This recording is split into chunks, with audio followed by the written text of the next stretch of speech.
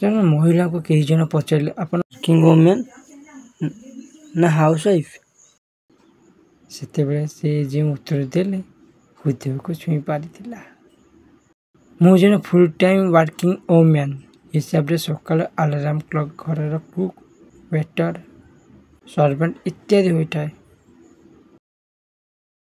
Part time हिसाब से केत धोबुणी टेलर काम बाली होता है।